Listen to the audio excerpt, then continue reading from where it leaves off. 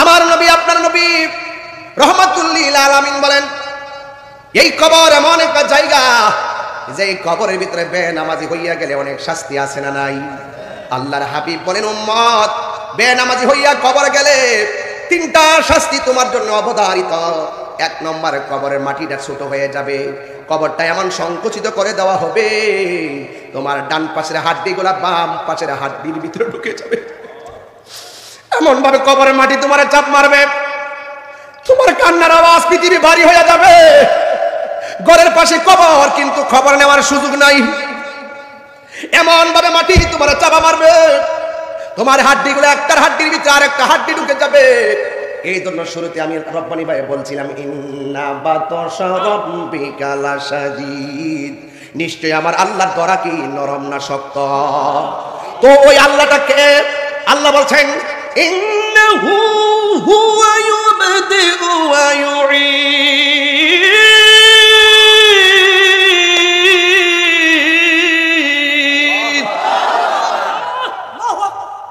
আল্লাহ হলেন তিনি যিনি আমার শুরুর মালিক, আল্লাহ হলেন তিনি যিনি আমার শেষের মালিক।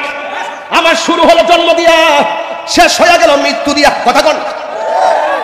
সেই রবকে আল্লাহ বলছেন, ওয়া হুয়াল গফুরুল ওয়াদুদু যুল আরশিল মাজিদ।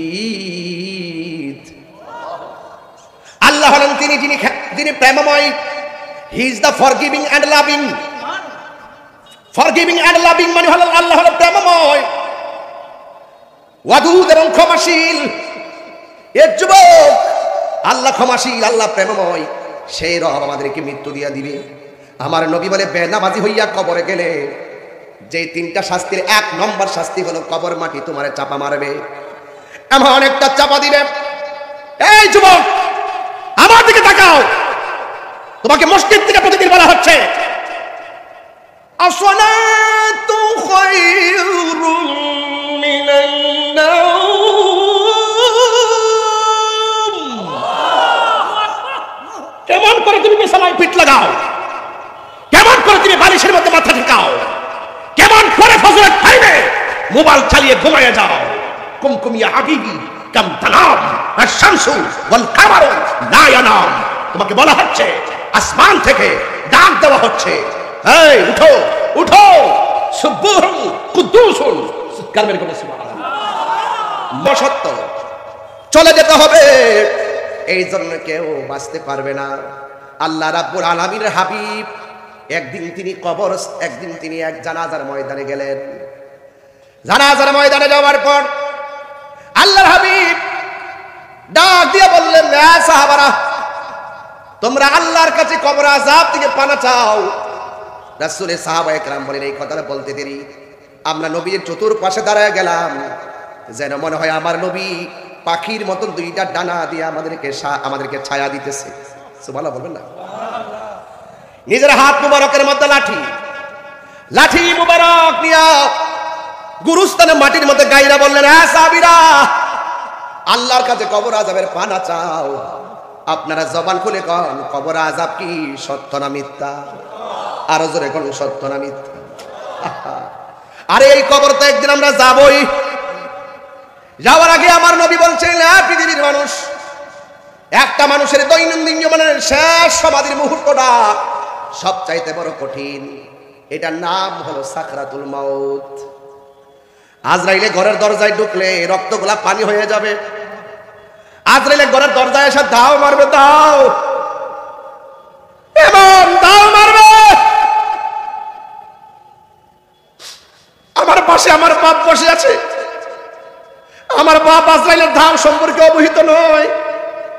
আমার পাশে আমার মা বসে থাকবে, আমার আম্মা ওই আজরাইলের ধাও দেখা অভ্যস্ত নয়, কেউ টের পাবে না।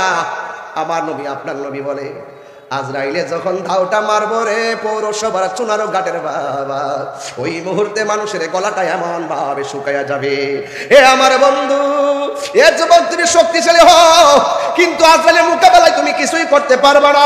কথা বলো ঠিক কিনা? কিন্তু আজরাইলে ধাও মেরে দেওয়ার সময় আমার নবী আপনার নবী বলেন, গলাটা এমন ভাবে শুকায়া যাবে, 7 সমুদ্র 13 নদীর পানি মুখের মধ্যে ঢেলে দিলেও 1 সেকেন্ডের জন্য পানি তৃষ্ণা মিটবে না। আরে দুনিয়াতে হাত ভাঙা গেলে এক্সরে মেশিন ধরে ফেলে, পা ভাঙা গেলে এক্সরে মেশিন দিয়ে এক্সরে করে। আজরাইলে জমে যখন তোমার ধরবো হাড্ডিগুলো তস তস হয়ে যাইব, কিন্তু আপনার দুনিয়ার এমন কোন মেশিন নাই এটা ধরতে পারবে। যার ব্যথা একমাত্র সে বুঝবে মরণ যন্ত্রণা কত কঠিন। এই জন্য আল্লাহর হাবিব বলেন, একটা মানুষ মারা যাওয়ার পর যদি তার জিহ্বার মধ্যে কামড় দেয়, চোখ দুইটা উল্টায় দেয়, পায়খানা প্রস্রাব করে বসায় দেয়, মনে রাখবা তার মরণের লক্ষণটা বেশি ভালো না। সাহাবায়ে কেরামকে নবী বলি, আর আমার নবীর সাহাবীরা কয়, ইয়া রাসূলুল্লাহ কোন লক্ষণটা ভালো?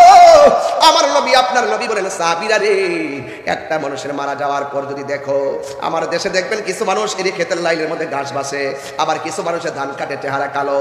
লোকটা মারা যাওয়ার পর, শুনতেন ভাই, লোকটা মারা যাওয়ার পর গোসল করার পর, হ্যাঁ এমন কিছু আছে কিনা একদম কালো মানুষ, সারা জীবনে একদম কালো, একদম মেচে মেচে কালো। লোকটা যখন মারা যায়, গোসলটা দেওয়ার পর দেখা যায় তার চেহারায় যেন নূর ভাসতেছে। আল্লাহর হাবিব বলেন, এই লক্ষণটা যার দেখা যাবে, যার চেহারাটা নূরে নূরান্বিত হয়ে যাবে, যার কপালটা গামতে থাকবে, মনে রাখো এই মানুষটার মৃত্যু সাধারণ মৃত্যু নয়, এই মানুষটা আমি নবীর দিদারের মাধ্যমে মরণ হয়েছে, মরণ হয়েছে, মরণ হয়েছে।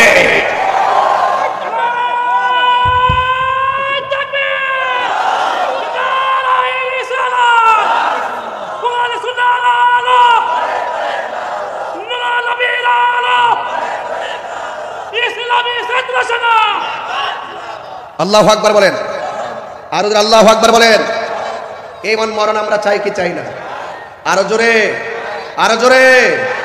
মরণের চিঠি যখন আসবে আমার, কালিমার তালকিন দিও বারে বার। মরণের নামছেন এগুলো, কালিমার তালকিন দিও বারে বার, প্রাণ ভরে দেখব। ভাই এই চুনারুঘাটবাসী, এই পৌরসভাবাসী, চুনারুঘাট, শাস্তাগঞ্জ, হবিগঞ্জ, যত জায়গা থেকে এসেছেন, আমার নবী আপনার সংকট কালে এই চুনারুঘাটে ঘরে দিদার দেওয়ার ক্ষমতা আছে না নাই? আরো জোরে। নবীকে সেই ক্ষমতা দিয়েছেন কে?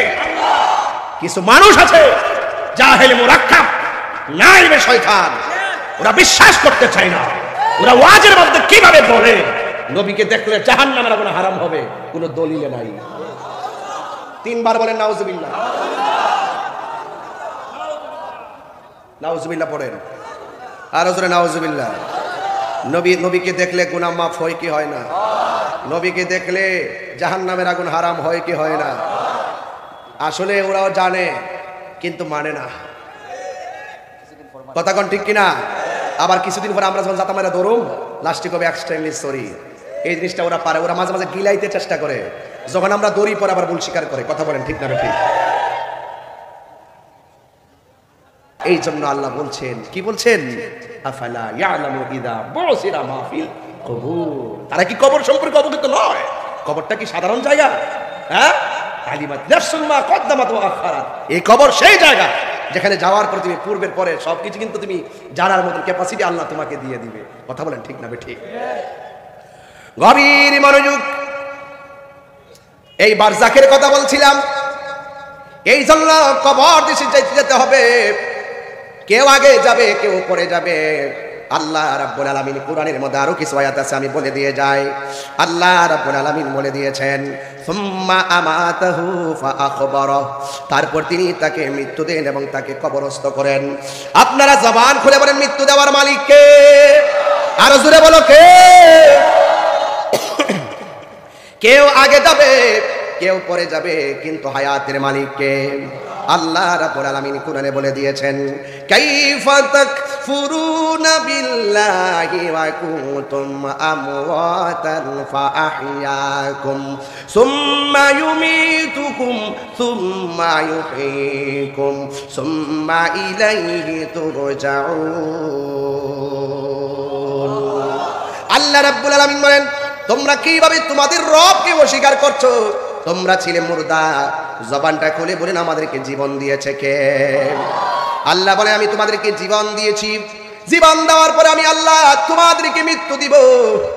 আবার মৃত্যু দেওয়ার পরে আমার আল্লাহ কোরআনের মধ্যে বলে দিয়েছেন আমি তোমাদেরকে আবার জীবন দিব। সুম্মা ইযা শাআ আনশারা, তারপর যখন তিনি ইচ্ছা করবেন আবার আল্লাহ তোমাদেরকে জীবন দিয়ে দিবে। জবানটা খুলে বলুন জীবন দেওয়ার মালিক কে? আল্লাহ রাব্বুল আলামিন জীবন দিবেন। জীবন দেওয়ার পরে ওই কবরের মধ্যে আমাদেরকে শোয়াবে। শোয়াবার আগে গোসল আছে না নাই? আরো জোরে আছে না নাই? এ যুবক, আমি বলতে চেয়েছিলাম আমাদেরকে আমার আল্লাহ মৃত্যু দেওয়ার পরে আমাদের আপনজনরা আমাদেরকে সুন্দর করে আতর লোবান পানি দিয়ে গোসল করায় দেওয়া হবে, গরম জল ঢেলে দেওয়া হবে, বড়ই পাতা সংগ্রহ করা হবে।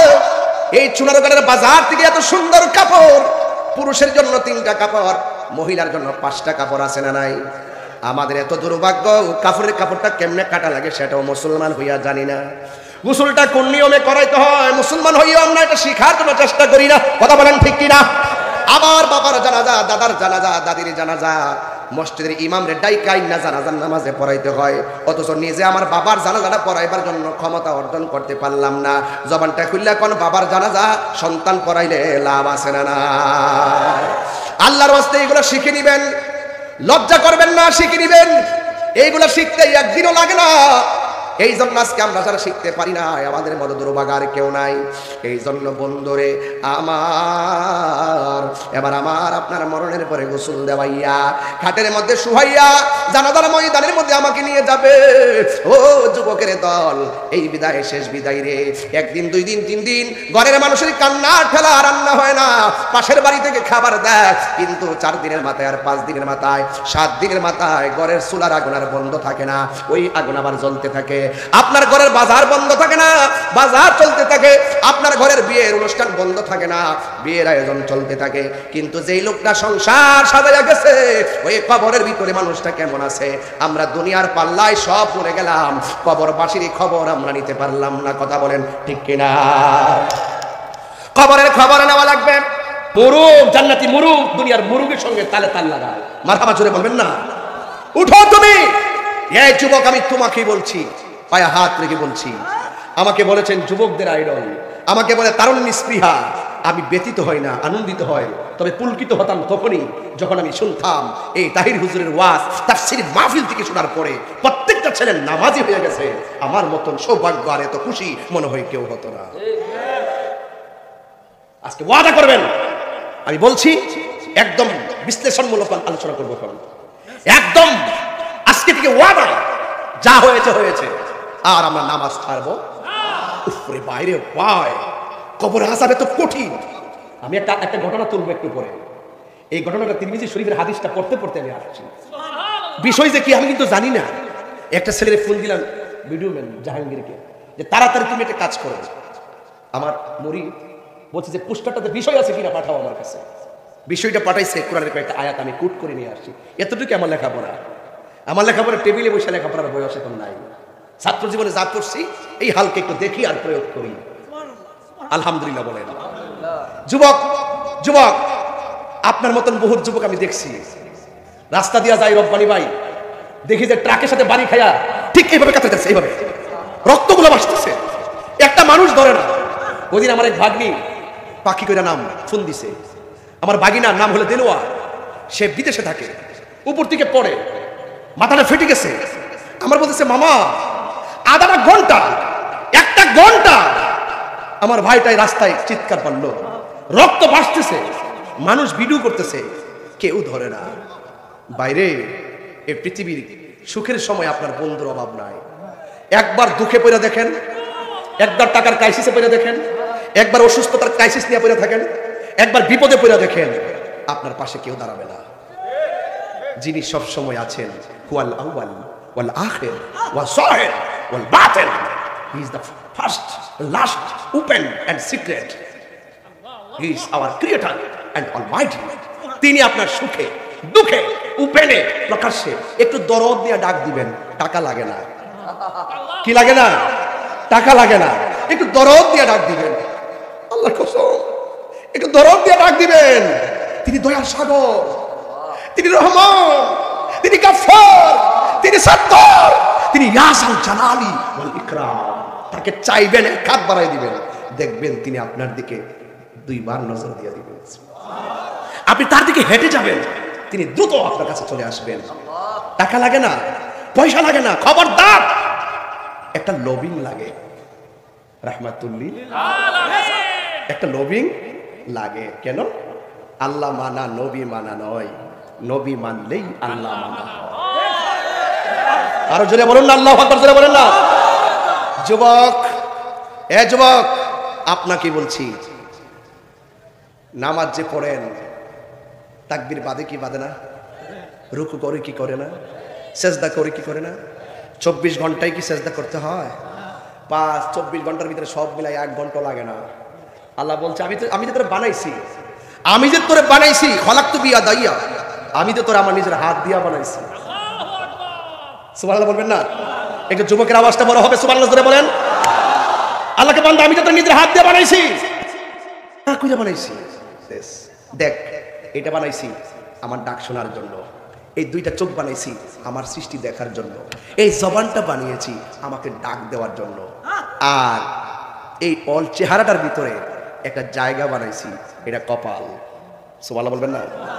এই কপালটা যখন জমিনে ঠেকাই দিয়া বলবো সুবহান রাব্বিয়াল আলা, তুমি আমার বান্দা, আমি তোমার রব, উঠবা আর গুনাহ মাফ হয়ে যাবে। এটা হাজিরা, হাজিরা, এটা নগদ। সুবহানাল্লাহ বলবেন না? এটা নগদ। 5 ওয়াক্ত নামাজ পড়লে সাধারণ বান্দা থেকে খাঁটি বান্দা হয়ে যায়। আর রাসূল বলছেন 5 ওয়াক্ত নামাজের পর যারা বেশি বেশি নফল ইবাদত করে এরা আর বান্দা থাকে না, এরা আল্লাহর বন্ধু হয়ে যায়। সেই বন্ধুদের মাজার ভাঙতে চাও, সেই দিকে আমি পড়ে যাব। আমি খুব জেদি মানুষ, খুব রাগী মানুষ। সিন্নি খাইলা কার দ্বারা, মোল্লা চিনলা না। চুনারগড়ের মানুষ কি জিন্দা আছে? চাইলে নাসিরউদ্দিন শিপাশালার মাজার কেউ ভাঙতে পারবে? আহা, কেন আপনারা গজব ডেকে আনেন? নীল নদের পানি যেমন নীল না, আপনাদের মুখের ইসলাম ইসলাম না। আমি জানি সব, সারা জীবন। আরে কত কথা কইলেন, আর এখন মন্দিরে যায় সুন্দর করে ইসলামী সঙ্গীত গান। এটা বন্ধ করেন, বন্ধ করেন। এগুলা হিন্দুদের সঙ্গে মস্কারি। এই মাহফিলে আয়সা যদি কোনো হিন্দু আয়সা গীতা পাঠ করে আমরা কাছে তিক্ততা লাগবে না? তিক্ততা লাগবে না? এরা এদের স্বাধীনভাবে পূজা করবে, লাঠিলে হারিতে। এটা কি অভ্যাস? এরা ডরা কোন সময় মোল্লার আমার গোড়ায় বাড়ি মারে, এদের স্বাধীনতা আঘাত করেন না, সাবধান করে দিয়ে গেলাম। এই তামসা করেন না, তামসা করেন না, সালাকি করেন না। যদি ওলি আল্লাহর বিরুদ্ধে অবস্থান নেন আর পাবলিককে ধোঁকা দিয়া বোকা বানাইতে চান, ফাইসালা আসমান থেকে হবে। ওয়া মাকারু ওয়া মাকারাল্লাহ।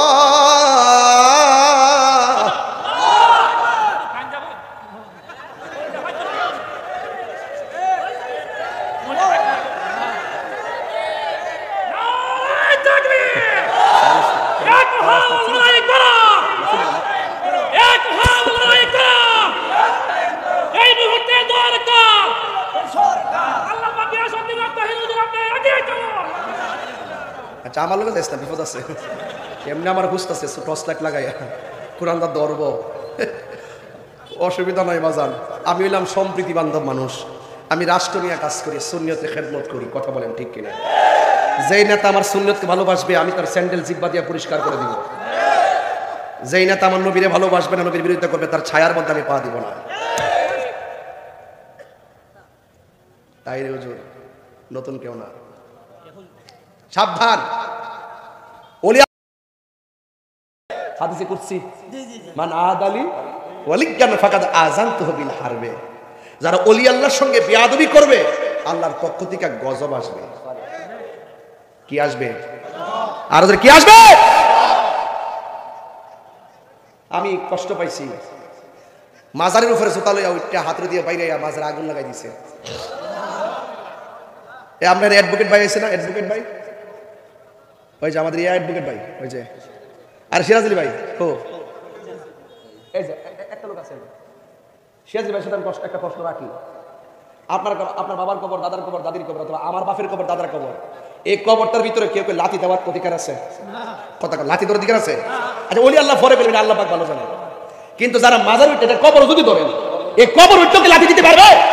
এই কবরকে আগুন ধরাইতে পারবে? এগুলো কেমন কথা মিয়া? এটা কি কথা? এটা কি দেশ? এটা জন্ম নিয়ে আমরা সাধারণ 360 এই দেশ ইসলাম ছিল। হক কথা কন না, হক কথা না করলে ফার খাইবেন, হক কথা না বললে ফিটা খাইবেন। বাড়ির উপরে না নিচে। আর যদি আল্লাহ যদি ধরে মানে আদালি ওয়ালিগান ফাকাদ আযানতু বিল হারবে, আল্লাহর পক্ষ থেকে ফয়সালা আসবে। কথা বলেন ঠিক কিনা? যুবক আমি তোমারই বলছি, ওলি আল্লাহ হইতে গেলে নামাজ দরকার আছে না নাই?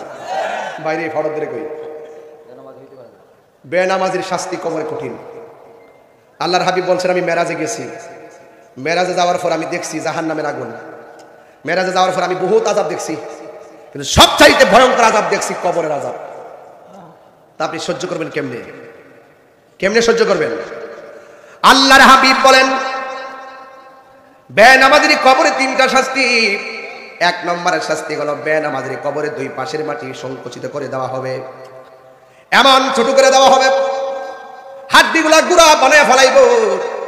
এমন সুরে আপনি একটা চিৎকার মারবেন, দুনিয়ার ডান থেকে বাম, বাম থেকে ডান, শিমাল থেকে জনুব, মাশরিক থেকে মাগরিব, গোটা পৃথিবীর ভিতরে কবর আযাবে প্রকম্পিত হয়ে যাবে, কিন্তু মানুষের কানে সেই আওয়াজ আসবে না।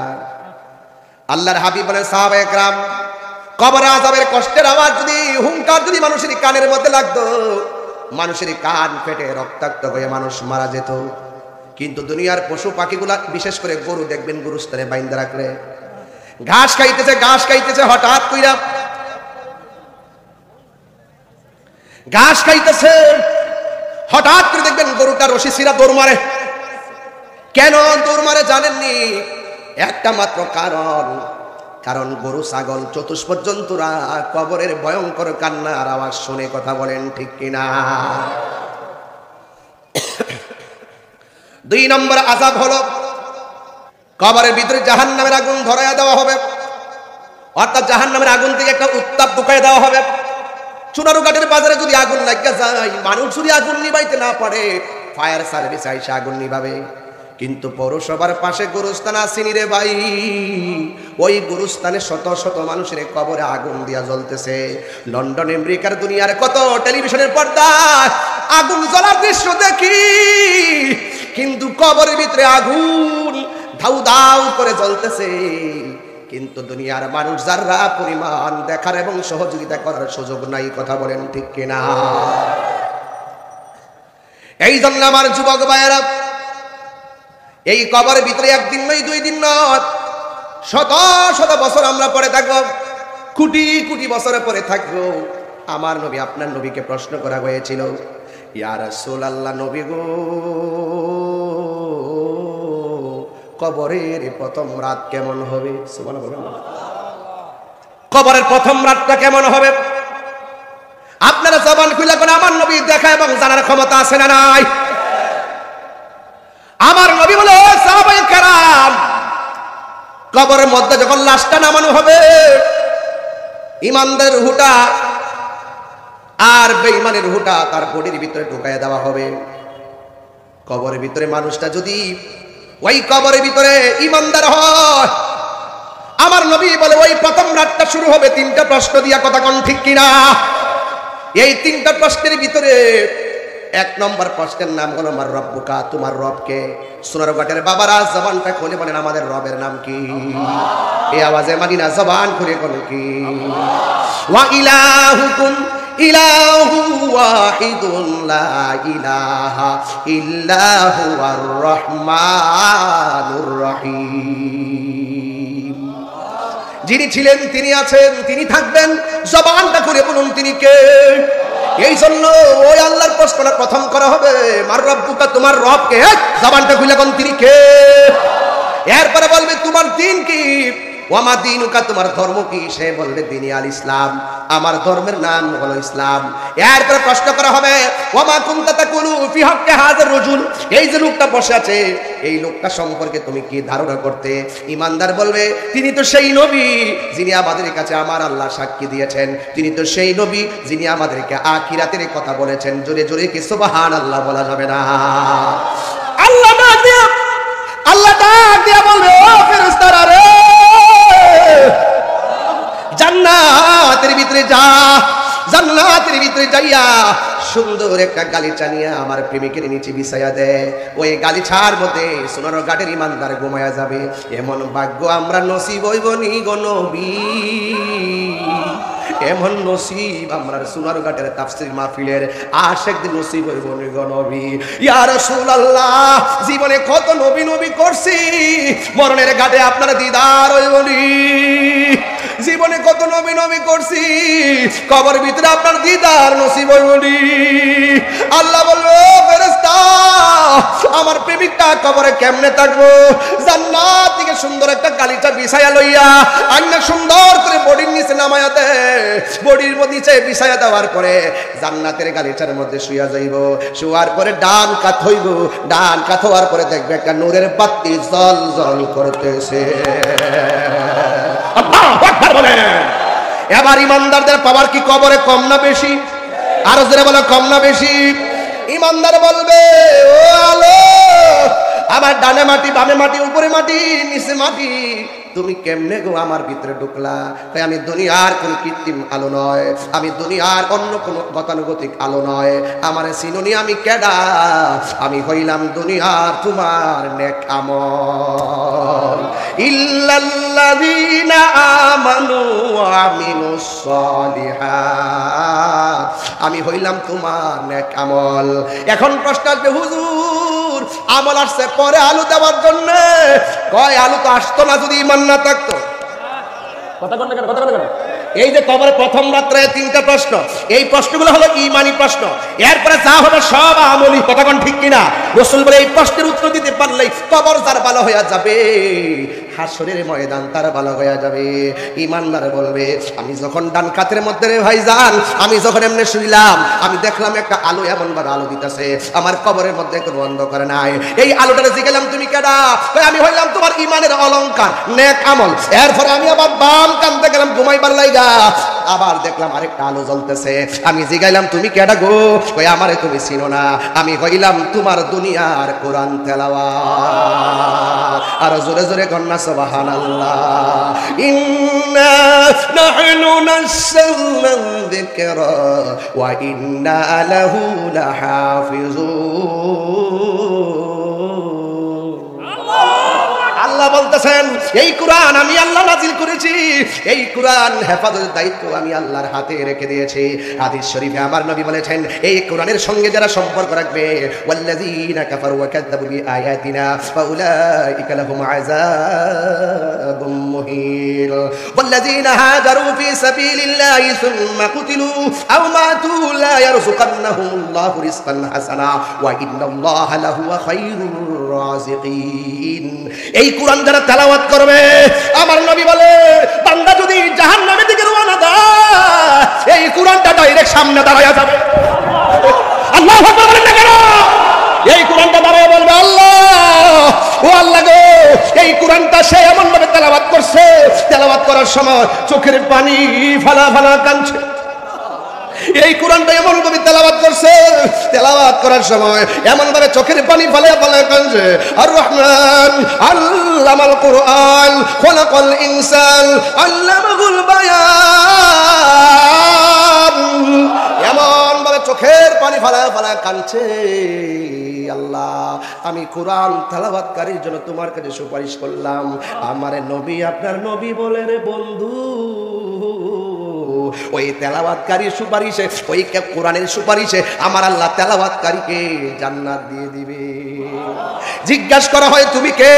এই যুবক তোরে কইয়া দিয়া যায়, বালকিরা 10টা সূরা মুখস্থ করতে পারলা না, শৈশব থেকে মোবাইল তোমার কি জাদু করছে, তুমি 10টা সূরা বালকিরা শুদ্ধ করে পড়তে পারলা না, বুড়া কালে তো আরো পড়তে পারবা না। এই জন্য এখনো সময় আছে, হুজুরের কাছে যায় কোরআনের 10টা সূরা অন্তত মুখস্থ করো।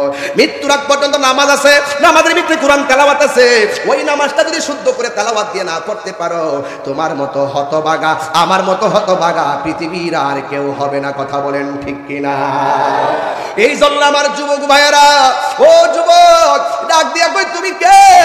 আমি হইলাম তোমার দুনিয়ার কোরআন তেলাওয়াত। এবার ডানে করর দিল, বামে করর দিল, সুন্দর করে কবরের ভিতরে বান্দা ঘুমাইয়া গেল। এমন ঘুম ঘুমাইছে, এই ঘুম আর কেউ ডাক দিয়া ভাঙবো না রে।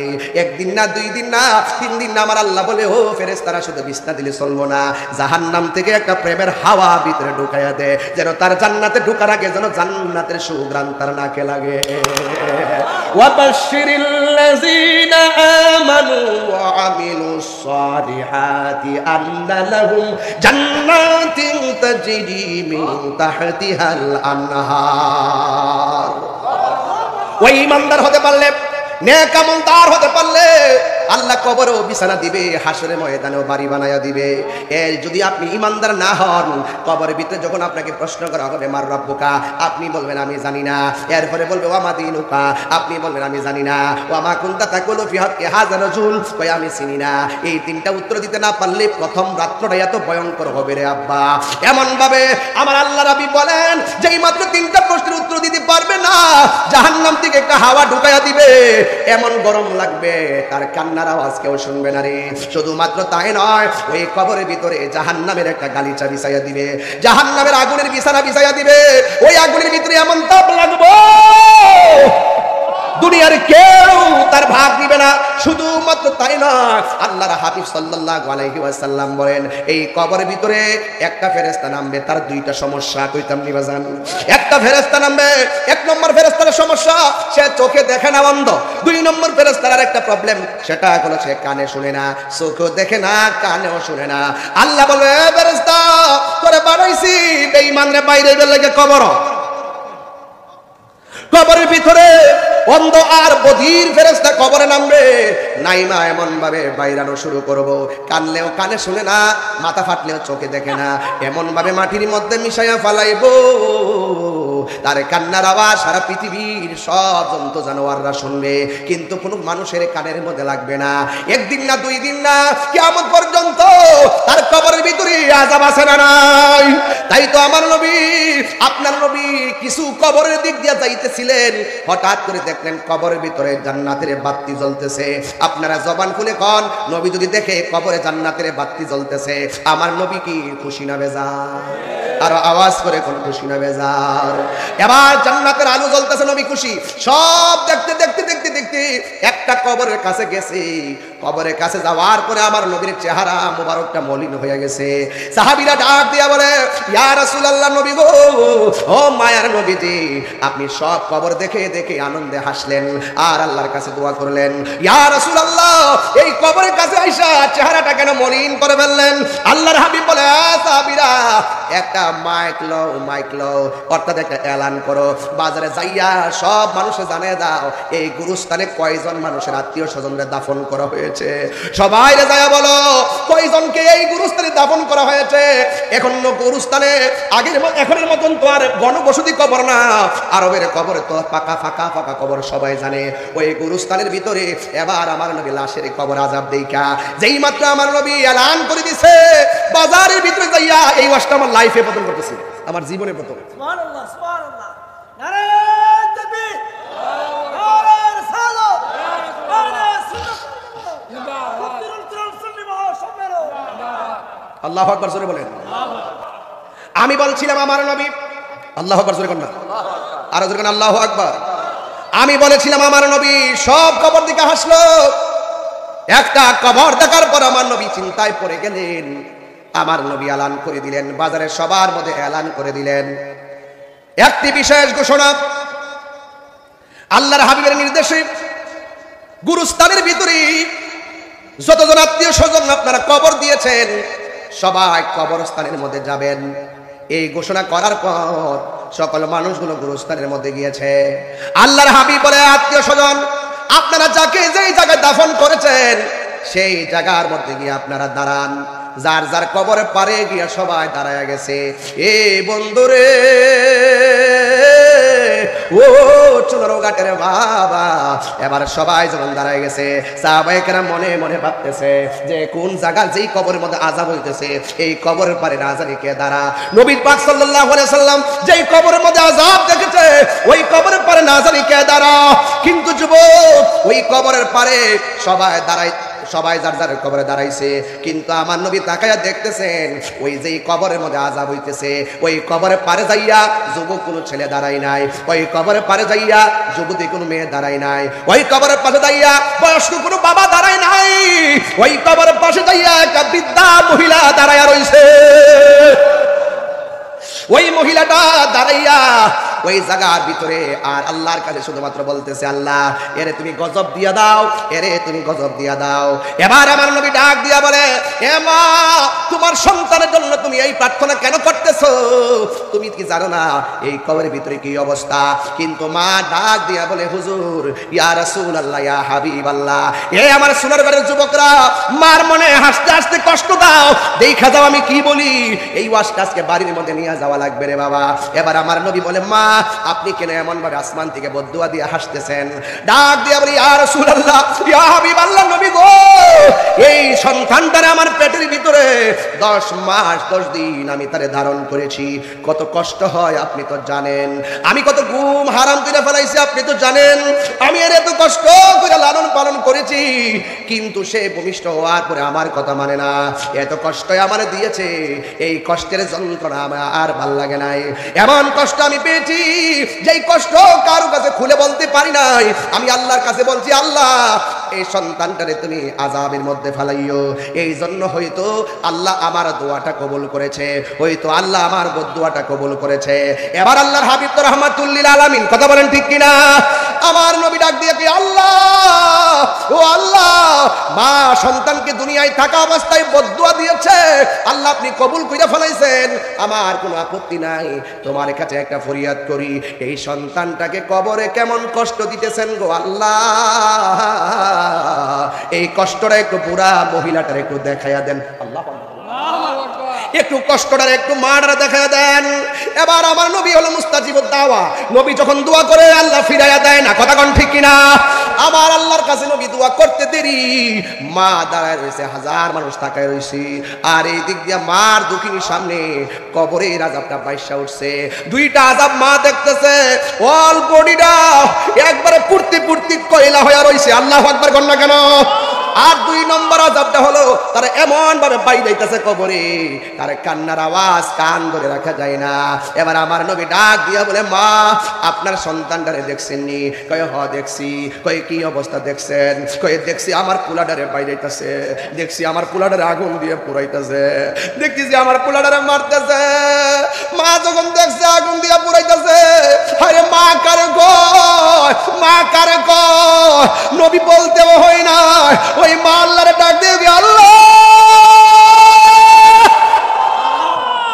ও আল্লাহ, আমার জাদুমণি আমার কষ্ট দিচ্ছে, আর আমার জাদুমণি কবরে যাইয়া এমন ভাবে কষ্ট করব, আমি মা সহ্য করতে পারবো না। ও আল্লাহ, ও আল্লাহ, আমি যদি জানতাম আমি বদদুয়া করলে, আমি বদদুয়া দিলে আমার সন্তান কবরের ভিতরে এমন ভাবে চলবে, আগে যদি জানতাম আমি কোনোদিন আমার জাদু মনির এমন ভাবে বদদুয়া দিতাম না। আল্লাহ আমার যত কষ্ট দিয়েছে গো, আমি আজকে ভুলে গেলাম, আমি তোমার কাছে বদদুয়া দিলাম, আমার বদদুয়া উঠবো কইরা নিলাম। ও আল্লাহ, তোমার কাছে ফরিয়াদ করি, আমার জাদু মনির কবরটারে জান্নাতের বাগান বানায়া দাও। এই কথাটা বলতে দেরি, আল্লাহ রহমতের দরিয়ায় জোশ মেরে উঠেছে। মেয়ে মহিলাটা দোয়া করে আমার নবীর সাথে আমিন বলে, আর জোরে কোনা সুবহানাল্লাহ। কবুলের জন্য আর কিছুই লাগে না রে বাবা। এই জন্য হাসতে হাসতে মারে দমক দিয়া কথা কইও না। তাহিরির সামনে ওয়াজ শুনবা, বাড়িতে মারে দমক দিবেন, আপনার মতো সুতা তাহিরি দরকার নাই। আর তাহিরির কাছে মুরিদ হয়ে আব্বা আব্বা করবেন, বাড়ির মধ্যে গরু ছাগল নিয়ে যাইবেন। আমি তাহিরি, আপনার মতো মুরিদ আমার দরকার নাই। কারণ 2টা মানুষ দোয়া করলো কবুল, বদদুয়া দিলেও কবুল। একটা হলো মা আর একটা হলো বাবা। আসমান এবং জমিনের মাঝখানে কোনো পর্দা থাকে না, ডাইরেক্ট আমার আল্লাহ কবুল করে বালায়। এই জন্য যুবক, মা বাবারে কোনোদিন কষ্ট দিও না রে বাবা। মা বাবা বদুয়া দিল কবুল, মা বাবা দোয়া করলো কবুল। এই জন্য ভালোবাসবেন, দোয়া করলে ওলি হয়ে যাবেন, আর কষ্ট দিলে বদুয়া দিলে জাহান্নামে জ্বলবেন। এই জন্য আমার নবী, আপনার নবী রাহমাতুল লিল আলামিন বলেছেন, রিদার রাব্বি ফি রিদাল ওয়ালিদাইন ওয়া সাকাতুর রাব্বি ফি সাকাতিল ওয়ালিদাইন। পিতামাতার সন্তুষ্টিতে আল্লাহর সন্তুষ্টি, পিতামাতার সন্তুষ্টিতে আল্লাহর সন্তুষ্টি। এই জন্যই তো আমার আল্লাহর ইবাদত হলো নামাজ। নামাজের পরে আমার আল্লাহ বলেছেন ওয়াবিল ওয়ালিদাইনি ইহসানা, মা বাবার সঙ্গে ভালো ব্যবহার করো। এই জন্য সুরারগাড়ের পৌরসভার তাফসীরুল কুরআন মাহফিলের সমাপনী দিবসে মুনাজাতের পূর্বে একটা কথা বলে দিয়ে যাব, কবরে যাইতে হবে আর হাসরের ময়দানে জবাব দিতে হবে। এই জন্যই তো যুবক, ওয়াইজাল কুবুরু বুসিরাত, এই কবর থেকে আপনাকে উঠানো হবে।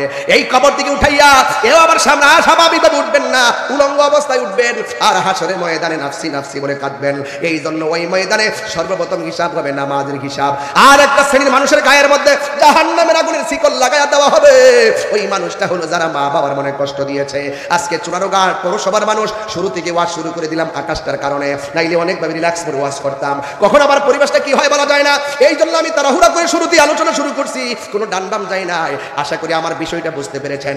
মরণ যন্ত্রণা কঠিন, আবার মরণের যন্ত্রণা হবেও না। বেঈমানের জন্য কঠিন, ইমানদারদের জন্য সহজ। কবর আযাব বড় কঠিন, বেঈমানের জন্য কঠিন, ইমানদারদের জন্য সহজ। এই জন্য আপনারা বলেন, ওই কবরের মেহমান হওয়ার আগে নামাজের দরকার আছে না নাই? রোজার দরকার আছে না নাই? মা বাবার খেদমতের দরকার আছে না নাই?